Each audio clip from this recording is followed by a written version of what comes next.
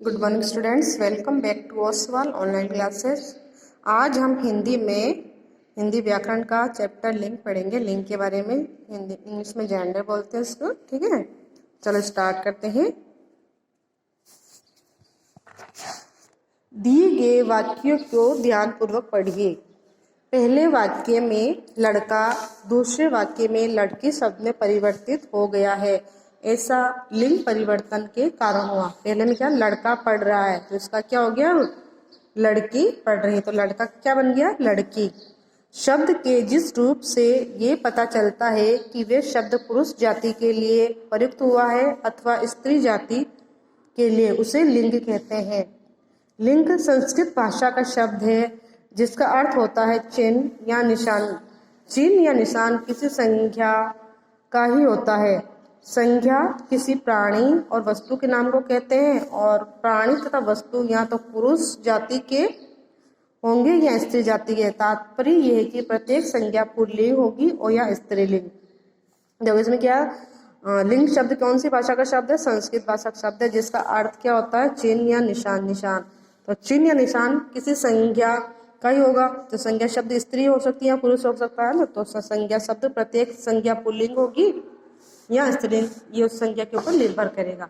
अब देखो लिंग के कितने भेद होते हैं, काइंड्स ऑफ द जेंडर। तो इसके 2 होते हैं प्रकार, पुल्लिंग एंड स्त्रीलिंग। पुल्लिंग देखो इसमें क्या पढ़ेंगे, शब्द के जिस रूप से पुरुष जाति का बोध होता है उसे पुल्लिंग कहते हैं। जैसे चूहा, मोर, माली, घोड़ा, चाचा, शिष्य आदि। इन सबसे क्या हो रहा है, पुरुष जाति का बोध हो रहा है ना, तो ये शब्द क्या कहलाएंगे, पुल्लिंग शब्द कहलाएंगे। फिर स्त्रीलिंग। स्त्रीलिंग क्या होता है, शब्द के जिस रूप से स्त्री जाति का बोध होता है उसे स्त्रीलिंग कहते हैं। जैसे चूहिया, मोरनी, मालिन, घोड़ी, चाची, शिष्य आदि। इन सभी शब्दों से स्त्री होने का भाव प्रकट हो रहा है, स्त्री जाति का, इसलिए हमें क्या बोलेंगे, नहीं स्त्रीलिंग। अब देखो लिंग निर्णय, तो डिसीजन कैसा लेंगे ऑफ द जेंडर का कि ये लिंग कौन सा पुल्लिंग है और कौन सा स्त्रीलिंग। तो देखो प्राणीवाचक। प्राणीवाचक शब्दों में कुछ शब्द सदैव पुल्लिंग होते हैं। इनमें मादा का लिंग भेद प्राय नहीं किया जाता। जैसे उल्लू, कौवा, चीता, खटमल, केचुआ, भेड़िया, पक्षी, तोता, चमगादड़, बगुला, तीतर आदि। तो ये सब प्राणीवाचक शब्द है, इसमें पुल्लिंग शब्द होती है, सदैव में से क्या रहते हैं, पुल्लिंग में रहेंगे। तो इनमें मादा प्रयोग कर देंगे तो वो स्त्रीलिंग बन जाते हैं। जैसे देखो प्राणीवाचक शब्दों में कुछ शब्द सदैव स्त्रीलिंग होते हैं। जैसे इसमें नर का लिंग भेद प्राय नहीं किया जाता है। जैसे कि चील, बतख, बटेर, जूं, मक्खी, मछली, गिलहरी, तितली, जोक, मैना, कोयल, चिड़िया आदि। तो ये सब क्या है, ये सब स्त्रीलिंग कहलाएंगे। ये शब्द हमेशा क्या रहते हैं, हमेशा स्त्रीलिंग ही रहते हैं। इसमें नर अलग नहीं होते हैं ना, इसमें यही शब्द यूज किए जाते हैं। और यदि उपयुक्त पुल्लिंग व स्त्रीलिंग शब्दों में लिंग भेद आवश्यक हो तो इनसे पूर्व नर या मादा जोड़ देते हैं। जैसे नर कोयल, जैसे कोयल तो स्त्रीलिंग में आएगा और नर लगा देंगे तो क्या बन जाएगा, वो पुल्लिंग बन जाएगा। नर चील, नर गिलहरी, मादा कौवा। अब ये स्त्रीलिंग हुआ, कौवा तो पुल्लिंग हो गया, जब मादा लगा तो क्या बन गया, ये स्त्रीलिंग बन गया। मादा चीता, मादा भेड़िया, है ना, नर मछली, मादा खटमल आदि। तो इससे नर मादा जोड़कर हम इनको अलग कर सकते हैं। अब शब्द संज्ञा शब्दों के लिंग का निर्णय निम्नलिखित 2 आधारों पर किया जाता है। पहला है रूप की दृष्टि से और सेकंड है अर्थ की दृष्टि से। तो देखो पुल्लिंग संज्ञा क्या है, रूप की दृष्टि से पुल्लिंग शब्दों की पहचान इस प्रकार है। पहला, संस्कृत के वे शब्द जिसके अंत में त्रय प्रत्यय होता है, जैसे शास्त्र, पुत्र, चरित्र, नेत्र, शस्त्र। तो ये शब्द क्या कहलाएंगे, पुल्लिंग कहलाएंगे। संस्कृत के वे शब्द जिनके पीछे क्या आता है, त्रय आता है। क्या आता है, त्रय आता है, तो वो शब्द क्या कहलाएंगे, पुल्लिंग कहलाएंगे। उसी तरह संस्कृत के वे शब्द जिनके अंत में अन होता है, जैसे कि साधन, मोहन, कथन, गमन आदि, इनके पीछे अन का प्रयोग, अन प्रत्यय लग रहा है तो अन प्रत्यय लगने से ये शब्द क्या कहलाएंगे, पुल्लिंग। और थर्ड है संस्कृत के वे शब्द जिनके अंत में खे या जे होता है, जैसे दुख, सुख, जनज, नीरज, सरोज, मलयज, मुख, लेख, नख, वनज आदि। ये शब्द भी क्या कहलाएंगे? पुल्लिंग कहलाएंगे। फिर फोर्थ, संस्कृत की जिन संज्ञाओं के अंत में ने होता है, जैसे नयन, शयन, स्वप्न, यत्न, प्रश्न, दलन आदि, तो ये शब्द भी पुल्लिंग शब्द है। फिफ्थ है संस्कृत की वे संज्ञाएं जिनके अंत में ते होता है, जैसे गणित, स्वागत, अभ्यागत, गीत, शीत, चरित्र, संगीत आदि, तो ये शब्द भी क्या कहलाएंगे? पुल्लिंग शब्द कहलाएंगे।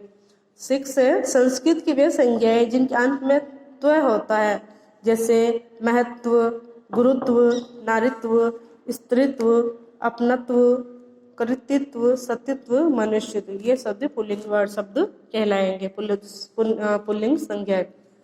फिर देखो संस्कृत की वे संज्ञाएं जिनके अंत में ये होता है, जैसे कार्य, धैर्य, सौंदर्य, माधुर्य, कृत्य, वृत्ति आदि।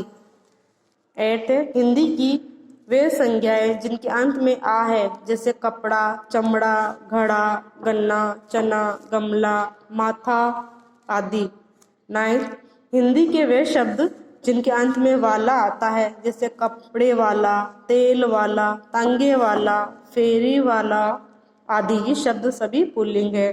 हिंदी के वे शब्द जिनके अंत में पन आता है, जैसे लकड़पन, बचपन, छिछोरापन आदि।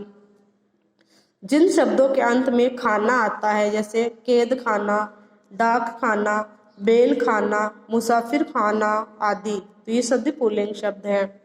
जिन शब्दों के अंत में दान होता है, जैसे फूलदान, पीकदान, कलमदान, इत्रदान, गुलाबदान आदि, ये भी पुल्लिंग शब्द है। जिन शब्दों के अंत में आव या आवा आता है, जैसे छिपाव, दुराव, लगाव, भुलाव, चढ़ावा, पहनावा आदि, तो ये शब्द सभी क्या कहलाएंगे? संस्कृत के पुल्लिंग शब्द। अब स्त्रीलिंग संज्ञाएं। स्त्रीलिंग संज्ञा क्या होती है?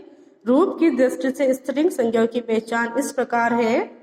पहला, संस्कृत की वे संज्ञाएं जिनके अंत में शिष्ट होता है, जैसे सृष्टि, वृष्टि, दृष्टि आदि, तो ये सब क्या है? संज्ञाएं हैं, स्त्रीलिंग, ठीक है ना। अब देखो संस्कृत की वे संज्ञाएं जिनके अंत में ता होता है, जैसे एकता, समता, दरिद्रता, भावुकता, कमनीयता, श्रेष्ठता, ये सब भी स्त्रीलिंग शब्द हैं। संस्कृत की वे संज्ञाएं जिनके अंत में ती होता है, जैसे जागृति, तृप्ति, दीप्ति, जाति, प्रीति, शक्ति, भक्ति आदि, ये शब्द भी स्त्रीलिंग है। फोर्थ है संस्कृत की वे संज्ञाएं जिनके अंत में नी होता है, जैसे ग्लानि, हानि, अग्नि आदि। फिफ्थ है संस्कृत की वे संज्ञाएं जिनके अंत में ई प्रत्यय अथवा ई होता है, जैसे कृषि, विधि, प्रगति, विभाग, विभावरी, शर्वरी आदि, तो ये सब भी स्त्रीलिंग संज्ञाएं हैं। अब देखें 6 संस्कृत की वे संज्ञाएं जिनके अंत में अना होता है, जैसे सांत्वना, प्रवंचना, भावना, साधना, कल्पना आदि, तो ये शब्द भी स्त्रीलिंग है। 7 हिंदी की वे संज्ञाएं जिनके अंत में आई होता है, जैसे ऊंचाई, लंबाई, गहराई, सिलाई, लिखाई, चढ़ाई आदि। 8 हिंदी की वे संज्ञाएं जिनके अंत में ख होता है, जैसे आंख, कांख, राग, भूख, परख, साख आदि, तो ये शब्द क्या है? स्त्रीलिंग शब्द है, किंतु एक रूप इसका अपवाद है, ठीक है, ये नहीं आएंगे। 9 हिंदी की वे भाववाचक संज्ञाएं जिसके अंत में टे, वट, हट आदि आते हैं, जैसे चिल्लाहट, सजावट, झंझट, रपट, मिलावट, घबराहट, बनावट आदि, किंतु कपट इसका अपवाद है। अरबी भाषा की वे संज्ञाएं जिनके अंत में ते होता है, जैसे लानत, सराफत, इज्जत, अदावत, कीमत आदि, तो ये शब्द सभी क्या है? संस्कृत के स्त्रीलिंग संज्ञाएं हैं। अब अर्थ की दृष्टि से लिंग निर्णय कैसे लेते हैं? पुल्लिंग शब्द। अर्थ की दृष्टि से पुल्लिंग शब्दों की पहचान इस प्रकार है। पहला, दिन और हिंदी महीनों के नाम, जैसे रविवार, सोमवार, मंगलवार, बुधवार, फागुन, चैत्र, वैशाख आदि, तो ये सब किस में आएंगे? किसमें आएंगे? पुल्लिंग शब्द में आएंगे। ग्रहों के नाम आएंगे, सागर महासागरों के नाम, है ना, पहाड़ों के नाम, देशों के नाम, महाद्वीपों के नाम, धातुओं के नाम, खनिजों के नाम, रत्नों के नाम, वृक्षों के नाम, अनाजों के नाम और भोज्य पदार्थों के नाम। तो ये शब्द सब किसी में आएंगे? पुल्लिंग शब्द में। ठीक है, धन्यवाद। इसको आप एक बार दोबारा रीड करना। धन्यवाद।